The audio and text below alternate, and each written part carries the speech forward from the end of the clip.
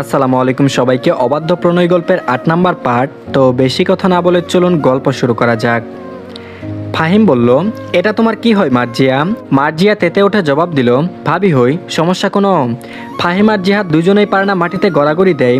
মার্জিয়ার ভাবি অর্থাৎ তেজের বউ, যেটা ইহকালও সম্ভব নয় বলে জানে। সোফায় বসে দুজনে হেসেই চলেছে। বিরক্তিতে মার্জিয়ার মাথা নষ্ট হয়ে গেছে। সত্যি বলল তবুও বিশ্বাস করলো না। বিশ্বাস করবে কি করে?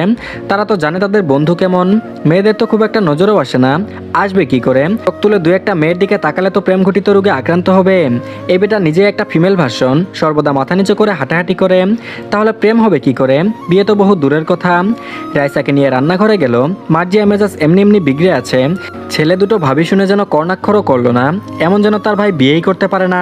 বিয়ে করা মানা আছে। রাইসাও অবাক হলো, সে যে বিয়ে করেছে এটা তার বন্ধু জানে না। আর সবচেয়ে বড় যে কথা সেটা হলো বিশ্বাস তো দূরে, হেসে এই কথাটা পার করে দিল। সিঁড়ি থেকে নামতে নামতে হাসির শব্দের সামনে তাকালো। দুইজন যেন নিজের বাড়ি পেয়েছে। অমনি নিজের পায়ে চপ্পল খুলে জিহাদের দিকে ছুড়ে দিল। সরে যেতেই জুতো গিয়ে ফাহিমের গালে। তাই দেখে পেট ধরে হাসতে হাসতে শেষ জিহাদ। এরই মাঝে নিজের বাহুতে আঘাত পেয়ে তাকিয়ে দেখে তেজ আরেক জুতা খুলে জিহাদের দিকে ছুড়েছিল। এতক্ষণ ফাহিম গালে হাত দিয়ে কাঁদো কাঁদো হয়েছিল, কিন্তু এই জিহাদকে মারতে দেখে নিজের গালে জুতোর মার সঙ্গে সঙ্গে ভুলে গেল আর হাসতে হাসতে সোফায় গড়াগড়ি শুরু করলো। মানুষ নিজের আঘাত ভুলে যায় যখন সামনে আরেকজনকে আঘাত করতে দেখে। এটাই বাঙালির একমাত্র পরিচয়।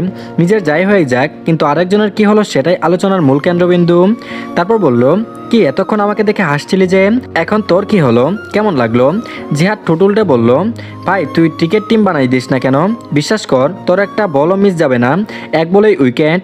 আর রইল বিপরীত দল, ওকে যদি প্রথমেই বোলিং দেওয়া হয় ওরা মাঠে নামার আগেই মাঠ ওদের সালাম দিবে। এভাবে আমাদের শরীরে বল প্রয়োগ করে নিজেকে আর বিশ্ব চ্যাম্পিয়ন বানাস না।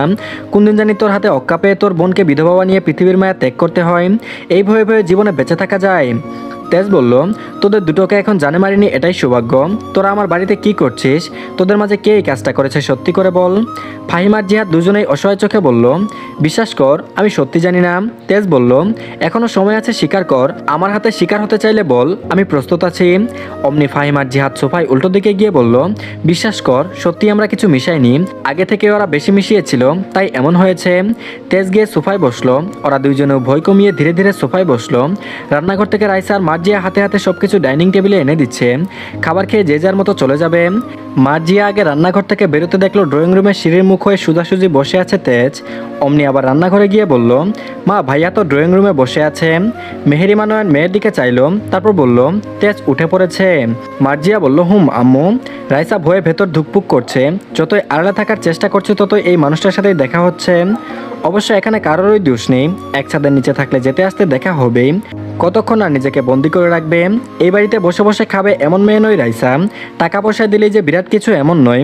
হাতে হাতে সাহায্য করে দিতে পারলেও রাইসার ভালো লাগবে। তাই তো রান্নার সময় করে এসে রাইসা এটা ওটা এগিয়ে দেয় শাশুড়িকে। এতে অবশ্য মেহেরিমা নয়নের অভ্যাসে পরিণত হচ্ছে। মেয়েটা আশেপাশে থাকলেই কেন জানি প্রশান্তি লাগে। পুরো মেয়েটাকে যেন ক্ষমতা থাকলে শোপিসের মতো সাজিয়ে রাখতো। মেহেরিমা নয়ন বলে উঠল, তুই রাইসাকে নিয়ে উপরে যা। মার্জিয়া বলল, জি আম্মু, ভাইয়া যদি কিছু বলে। মেহেরিমা নয়ন বলল, কিছু বলবে না, যা। রাইসা ভালো করে ওড়নার এক পাশ টেনে মুখ আড়াল করলো, যাতে বাম সাইডের কেউ চাইলেই রাইসার মুখ দেখতে পারে না। মার্জিয়া রাইসার এক হাত ধরে নিয়ে যাচ্ছে। সিঁড়িতে উঠতেই ফাহিম তেজকে বলল, এই মেয়েকে। তখন তেজের তীক্ষ্ণ নজর গেল সিঁড়ির দিকে। চোখ খিচে বন্ধ করে দাঁতে দাঁত লাগিয়ে রেগে জোরে জোরে একটা নিঃশ্বাস ছাড়লো। জিহাদ ফের বলে উঠল, কি রে বল, এই মেয়ে তো আগে কখনো দেখিনি তোদের বাড়িতে। কে হয় তোদের? অমনি রাগের মাত্রা তরতরিয়ে বেড়ে গেল। উঠে দাঁড়ালো সোফা ছেড়ে। মার্জিয়াকে বলল, দাঁড়া। অমনি মার্জিয়া ঘাবড়ে গেল, পা দুটো থেমে গেল সিঁড়িতেই। রাইসাকে ধরা হাত থরথর করে কাঁপছে। না জানি এখন কি অঘটন ঘটে। রাইসা মনে মনে দোয়া পড়ছে। শুনেছে খুব রাগী মানুষ তার বর। এগিয়ে জোরে জোরে ডেকে উঠল, মা মা। ছেলের ডাক শুনে মেহেরিমা নয়ন ধরপুরিয়ে রান্নাঘর থেকে ছুটে আসলেন। এসে দেখে সিঁড়িতে মার্জিয়া আর রাইসা দাঁড়িয়ে আছে। মার্জিয়া মায়ের দিকে ভয় ভয় চোখে তাকালো, যার অর্থ এইবার কি হবে মা? তেজ হাতের মুঠো শক্ত করে আবারও বলল, আমি তোমাকে শর্ত দিয়েছিলাম মা, আর তুমি রাজি ছিলে বলে এই বাড়িতে এসেছি। এই মেয়েকে আমার চোখের ত্রিসীমানায় দেখতে চাই না বলিনি। মেহেরিমা নয়ন ছেলের দিকে তাকিয়ে সামলাতে চাইলেন, তারপর বললেন, দেখ বাবা, তুই রেগে যাচ্ছিস কেন? মেয়েটা আমাকে রান্নার কাজে সাহায্য করতে এসেছিল, আর ও কি তোর কাছে এসেছে? ও ওর মতো রুমে চলে যাচ্ছে। তোকে কি মুখ দেখিয়েছে? দেখায়নি তো, তাহলে রেগে যাচ্ছিস কেন? একটা বাড়িতে সবসময় ঘরে বন্দি হয়ে থাকা যায়? তাহলে সারা বাড়ি ঘুরতে থাকুক, আমিই চলে যাই। তেজ, তুই এভাবে বলতে পারিস না, অন্তত মানবতার খাতিরে হলেও এতটা কঠোর হোস না বাপ। মেয়েটা তো তোর কোনো ক্ষতি করছে না, তুই তোর ইচ্ছে মতো যা খুশি কর, শুধু ওকে একটু ওর মতো থাকতে দে। রাইসার জন্য মেহেরিমা নয়ন তার ছেলেকে অনুরোধ করছে। এতে রাইসার খুব খারাপ লাগলো, তার জন্যই এত এত ঝামেলা হচ্ছে পুরো বাড়িতে, কেউ কোথাও সুখী হচ্ছে না ওকে নিয়ে। ফাহিম উঠে বলল, তেজ এত রেগে যাচ্ছিস কেন? আর মেয়েটা কে আন্টি? মেহেরিমা নয়ন কিছু বলতে যাবে, তার পূর্বেই তেজ কড়া কণ্ঠে বলল, তোদের এত প্রশ্ন কিসের? এসেছিস বস, খাবি চলে যাবি। বাড়িতে কোথায় আসলো, কি হলো, এসব জানার কোনো প্রয়োজন আছে? কাজের জন্য তাকে রাখা হয়েছে, ক্লিয়ার? নিষ্পলক চোখে তাকালো মেহেরিমা নয়ন ও মার্জিয়া। তেজ যে রাইসাকে কাজের মেয়ে বলে পরিচয় দিবে এমনটা আশা করেনি। মেহেরিমা নয়ন শুধু মনে মনে বলল, কতটা অধপতন হয়েছে যে মেয়েটাকে কাজের মেয়ের পরিচয় দিল। ভুল একটা হয়ে গেছে তাই বলে এভাবে সেটাকে শুধরে না নিয়ে সমীকরণ টানলো সম্পর্কের।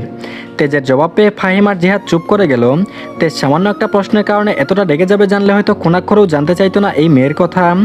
রাইসা ঠুটে ঠুট চেপে কান্না আটকানোর চেষ্টা করছে। কাজের মেয়ে কথাটা শুনতে খারাপ লাগেনি, সে তো কাজের মেয়েই, বাবার বাড়ি থাকতেও এই কথা শুনেই বড় হয়েছে। কিন্তু এত মানুষের সামনে এইভাবে অপমানিত হয়ে লজ্জায় মাটির নিচে যেতে ইচ্ছে করছে। নতুন করে দুঃখ পাওয়ার কি আছে? তার সৎমাও তাকে পরিচয় করিয়ে দিত কাজের মেয়ে বলে, অথচ সেই বাড়িতে পূর্ণ অধিকার ছিল তারও।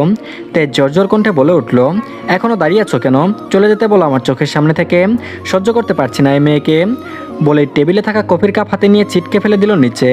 মুহূর্তেই সবাই বাকরুদ্ধ। তেজের এমন রাগের কারণ বুঝতে চেয়েও বুঝতে পারল না ফাহিম আর জিহাদ। ততক্ষণে মাহতাব নয়ন চলে এসেছে। তারপর বললেন, এখানে কি হচ্ছে? বাড়িতে কি চিড়িয়াখানা বানিয়েছ? মায়ের ইশারায় মার্জিয়া রাইসাকে নিয়ে উপরে চলে গেল। তেজ বলল, বাড়িতে বাঘ থাকা সত্ত্বেও হরিণ আনলে চিড়িয়াখানা বানাতেই হবে।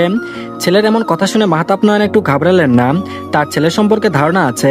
তিনি বললেন, তেজ কি ধরনের কথাবার্তা বলছো তুমি? তেজ বলল, আমার সাথে যা করেছেন এর থেকে ভালো কথা আমার মুখ দিয়ে বের হতে চাচ্ছে না। আমাকে বলির পাঠা মনে করে যেখানে সেখানে যা ইচ্ছে তাই করিয়ে নিলেই হলো। তেজ হনহন করে বেরিয়ে গেল বাড়ি থেকে। সবাই চেয়ে রইল। মাহতাব নয়ন ছেলের উপর বিরক্ত হলো। তার ছেলে যে এভাবে সিন ক্রিয়েট করবে সেই আশা মনে করেননি। ছেলেকে মুক্তভাবে চলতে দিয়ে আরো বেঁকে গেছে। ইচ্ছের বিরুদ্ধে বিয়ে দিলে এমনটা হবেই। তেজ চলে যেতে মেহেরিমা নয়ন ডুকরে কেঁদে উঠল। তার সংসারে হঠাৎ করে কার কোন নজর লাগলো, যার কারণে সুখের সংসারে এভাবে অশান্তি সৃষ্টি হচ্ছে। মেহেরিমা নয়নের কান্না দেখে জিহাদ আর ফাহিম দুজনেই সান্ত্বনা দিল, আন্টি আপনি চিন্তা করবেন না, আমরা দেখছি তেজ কোথায় যাচ্ছে। আর এদিকে রাইসা ঘরের কোণে হাঁটু মুড়ে বসে পড়ল। কান্নার স্রোত ভেসে গেল দুই নয়ন। আর কত জীবন যুদ্ধ করবে? জন্মের পর থেকেই তো করে আসছে, শেষ জীবনে কি একটু শান্তিও মিলবে না? তারপর বলল, আল্লাহ আপনি আমাকে ধৈর্য ধারণ করার ক্ষমতা দিন। আমি তো বেঁচে আছি শুধু মৃত্যুর প্রহর গুনতে গুনতে। কোনোদিন একটু আমাকেও নিয়ে যাবেন মায়ের কাছে? বেঁচে থাকতে ইচ্ছে হয় না আমার জন্য সবার সংসার ধ্বংস হয়ে যাচ্ছে। উনি সত্যি বলেছেন, আমি অভিশপ্ত। ছোট মাও বলেছিল, আমার চেহারায় কিছু একটা তো আছে যা সমস্ত ভালোকে শুষে নিয়ে মহামারীতে রূপান্তর করে। এতটা কপালপোড়া পৃথিবীতে কেউ হয় বুঝি? মেহেরিমা নয়ন রাইসার ঘরের দরজায় দাঁড়িয়ে টুকা দিল। রাইসা ওড়নায় চোখ মুছে দরজা খুলে দিল। মেহেরিমা নয়ন রাইসার হাত ধরে বলল, তুমি আমাকে ক্ষমা করে দিও মা, আমি দাঁড়িয়ে থেকেও কিছু করতে পারলাম না। আসলে ছেলেটাকে আমি জোর করে বিয়েতে রাজি করিয়েছিলাম, তার উপর বিয়ে বাড়িতে এমন কাণ্ড হলো, ছেলেটা মানতে পারিনি, যার কারণে তোমাকে এত কষ্ট পেতে হচ্ছে। আমাকে মাফ করে দিও পারলে। মেহেরিমা নয়নের ক্ষমা করে দিও মা এই কথাটুকু রাইসার বুকের ভেতর জমে থাকা বারটা ভেঙে গেল। এতক্ষণ যে কান্নাটা গলায় বেঁধে রেখেছিল এবার সেটা আর আটকানো গেল না। নিঃশব্দে কাঁদ কাঁপছে, চোখের পানি ওড়নায় ভিজে যাচ্ছে। আম্মু এভাবে বলবেন না, আমার কাছে ক্ষমা চেয়ে আমাকে অপরাধী করবেন না, আমার পাপ হবে। নিজের মেয়ে হলে কি এভাবে আমার কাছে ক্ষমা চাইতে পারতেন? মেহেরিমা নয়ন রাইসাকে বুকে টেনে নিলেন। তারপর বলল, আমাদের তেজের রাগটা বরাবরের জন্যই বেশি, তোর কোনো দোষ নেই মা, দোষটা আমাদেরই। কিন্তু জোর করে বিয়ে দেয় আরো বেশি আমাদের উপর রাগ করেছে। রাইসা মাথা নাড়ালো, তারপর বলল, আম্মু আমি চলে যাই, আমি থাকলেই ঝামেলা, উনি আমাকে সহ্য করতে পারছেন না। আমি জোর করে কারো চোখে পড়ে থাকতে চাই না, আমি থাকলে উনি বাড়িতে আসবেন না। মেহেরিমা নয়ন শক্ত করে ধরলেন রাইসার হাত। তারপর বললেন, এভাবে বলো না মা, চলে যাওয়ার সমাধান না মা, সব সমস্যার সমাধান পালিয়ে যাওয়া হলে জীবনটা এত কঠিন হতো না। রাইসা বলল, কিন্তু আম্মু আমার জন্যই তো। মেহেরিমা নয়ন বলল, বললাম তো তোমার কোনো দোষ নেই। আর যেন এখান থেকে যাওয়ার কথা না শুনি। চোখের পানি মুছিয়ে দিয়ে বলল, তাড়াতাড়ি চলো, খেয়ে কলেজে যেতে হবে। এসব অন্য চিন্তা ভাবনা এনে নিজের পড়ালেখায় প্রভাব ফেলবে না, তুমি আমার মেয়ে, আর এই কথাটা যেন মনে থাকে। রাইসা শুধু চেয়ে থাকলো। মেহেরিমা নয়নের মতো মানুষ পৃথিবীতে দুটো দেখেছে বলে মনে হয় না। এই ভালোবাসায় নিঃস্বার্থ অনুভূতি। এই জীবনে শুধু একটাই সার্থকতা, স্বামী না দেখতে পারুক কিন্তু তার শ্বশুর শাশুড়ি ননদ এত সুন্দর করে আগলে রাখছে। এরকম ফ্যামিলি থেকে রাইসা কিভাবে যাবে? আর এদিকে তপ্ত দুপুর, মাথার ওপর সূর্যটা আদর মাখা আলিঙ্গন করছে। কেউ কেউ ছাতা হাতে রাস্তায় হাঁটছে। ছাতা মাথায় রোদ থেকে বাঁচতে পারলেও তীব্র ভ্যাপসা গরমে শরীর মন ভিজিয়ে উঠছে ঘামে। এক একজনের শরীরে লেপ্টে আছে দামি দামি পোশাক। রাস্তায় পিচ ঢালা কালো অংশটা যেন আগুনের চুলায় বসানো তাওয়া। তার উপর দিয়ে হেঁটে যাওয়া মানুষের পায়ের তলায় জ্বালা ধরছে। কোথাও রিকশার ঘন্টি বেজে উঠছে ক্লান্ত সুরে। ড্রাইভারের পিঠ বেয়ে ঘাম নামছে টুপটাপ করে। বাসের ভেতর থেকে বেরিয়ে আসা গরম হাওয়া নিঃশ্বাস নিতেই বুক ভারী হয়ে আসে। চায়ের দোকানের পাশে রাখা পানির কাছের ভিড়। কেউ মুখে পানি ছিটাচ্ছে, কেউ বোতল ভরে নিয়ে তৃষ্ণা মেটানোর আশায়। গাছের পাতাগুলোও যেন স্থির হয়ে আছে, বাতাস নেই। আকাশটা কড়া নীল, মেঘের কোনো দয়া নেই। এই দুপুরের সময়টাও ধীরে ধীরে হাঁটে। প্রতিটা মুহূর্ত লম্বা হয়ে শরীরের ক্লান্তি আর মনের বিরক্তিতে আরো স্পষ্ট করে তোলে। তবু এই জ্বলন্ত দুপুরের মধ্যে জীবনের চেনা কোলাহল, না মানুষ চলছে লড়ছে, খাম ঝরিয়ে টিকে থাকার গল্প লিখে যাচ্ছে। দিন যেমনই হোক না কেন, বৃষ্টি বাদল রোদ খরা সব মিলিয়ে মানুষের জীবনযুদ্ধ। আজ সপ্তাহের বিশেষ দিন শুক্রবার। এই দিনে সবার ছুটির দিন। মেহেরিমা নয়ন মার্জিয়াকে নিয়ে টেইলার্সে এসেছে। রাইসার জন্য জামা কিনেছিল, আর কিছু নিয়ে এসেছে, আর কিছু সেলাই হয়নি বিধায় নিয়ে আসতে পারেনি। আজকে দেওয়ার ডেট, তাই নিতে গেছে। মাহাতাব নয়ন বাজার করতে গেছে। শুক্রবার দিন তিনি সদা বাজার করেন। বাড়িতে কেউ নেই, একমাত্র রাইসা ব্যতীত। সে নিজের ঘরে বসে আছে। এমন সময় দরজার বেল বাজলো। রাইসা নিচে এসে দরজা খুলে দাঁড়িয়ে রইল, কিন্তু দরজার ওপাশে মানুষের আশা করেনি। ভেবেছিল মেহেরিমা নয়ন আসবে, নয়তো মাহাতাব নয়ন। কিন্তু সামনের মানুষকে এক পল দেখে মনে হলো এই লোকটাকে কোথাও দেখেছে। একটু গম্ভীর চিন্তা করতে মনে হলো সেদিন কলেজ থেকে ফেরার সময় এই লোকটার সাথে ধাক্কা লেগেছিল। ইনি এই বাড়িতে এসেছেন কেন? আত্মীয় হয় বুঝি? বাড়িতে তো কেউ নেই, আমি একা। এখন এ বাড়িতে ঢুকতে দেওয়া কি ঠিক হবে? যদি আশেপাশের মানুষ দেখে খারাপ ভাববে। ভাবনার মাঝেই হঠাৎ করে আবারও দরজা লাগিয়ে দিল। এতক্ষণ ফোনের স্ক্রিনে নজর থাকায় দরজা কে খুলেছে সেটা দেখেনি, কিন্তু হঠাৎ দরজা বন্ধ হওয়ার শব্দ কানে আসতেই সামনে তাকালো। তার সাথে এমন ইয়ার্কি কে করছে? দরজা খুলে দিয়ে আবারও লাগানোর মানে কি? What the hell? দরজা লাগিয়ে দিল কে? রাইসা কম্পিত স্বরে বলল, দেখুন, আপনি যেই হন পরে আসুন। বাড়িতে আম্মু আব্বু কেউ নেই। আমি এখন দরজা খুলতে পারবো না, দুঃখিত। তেজ বুঝতে পারলো দরজার ওপাশে কে দাঁড়িয়ে আছে। বিরক্ত গলায় বলে উঠল, দরজা খুলো। থমকে যেন রাইসা কেঁপে উঠল। দুই হাতে দরজায় শক্ত করে ঠেলে ধরে রেখেছে, যাতে ধাক্কা দিতেই খুলতে না পারে। যদিও লক করা আছে।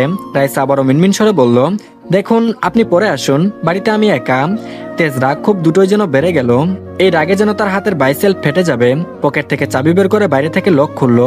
নিজের কাছেই চাবি ছিল, কিন্তু বেল বাজালে যেহেতু দরজা খুলবে, সেহেতু পকেট থেকে চাবি বের করা ঝামেলা ব্যতীত কিছুই মনে হলো না। এদিকে দরজা না খোলা পেয়ে আরো মেজাজ গেল বিগড়ে। দরজা ঠেলতে আস্তে করে আর্তনাদ আসলো, না। রাইসা ওপাশ থেকে দরজা বরাবর দাঁড়িয়েছিল বলে তেজ দরজাটা খোলার জন্য মেলতেই ভয়ে রাইসা ঘাবড়ে গেল। রাইসা নীল রঙের একটা কুর্তি পরে আছে। ফর্সা চেহারায় মায়াবী চাহনি ঘায়াল করার এক বিশেষ ক্ষমতা রাখে। একেবারে আসমানের এক টুকরো চাঁদ যেন নেমে এসেছে এই বাড়িতে। টানা টানা হরিণী দুটো চোখের বর্ণনা দিতে গেলে এক কথায় মৃগন্ময়ী। পল্লব বিশিষ্ট আঁখি যেন ঝাপটে ঝাপটে তার ভয়ের জানান দিল।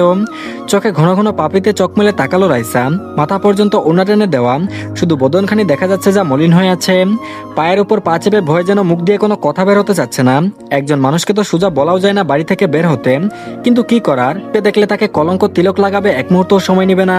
তাতে করে এই বাড়ির মানসম্মান নষ্ট হয়ে যাবে, লোকে ছি ছি করবে। ভয়ে কাঁপতে কাঁপতে রাইসা মুখ খুলে বলল, দয়া করে আপনি চলে যান, বাড়িতে এখন কেউ নেই। লোকে আপনাকে এই বাড়িতে দেখলে আমাকে খারাপ ভাববে, এই বাড়ির সম্মান নষ্ট হয়ে যাবে। আপনাকে অনুরোধ করছি আপনি চলে যান। তো ধন্যবাদ সবাইকে। এই পার্টটি এই পর্যন্তই। গল্পটি কেমন লাগছে জানাবেন।